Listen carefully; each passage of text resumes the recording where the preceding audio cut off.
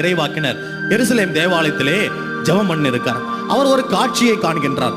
அந்த காட்சியில ஆண்டவர் அரியணையிலே அமர்ந்திருப்பதையும் செராபீன்கள் துதிப்பதையும் பார்க்கிறார். இதெல்லாம் பார்த்து ஆண்டவருடைய மகிமையை மாட்சியை பார்த்து இந்த எசாயா இறைவாக்கினர் கத்துறாரு, அழறாரு. என்ன சொல்றாரு? ஐயோ, நான் செத்தேன்.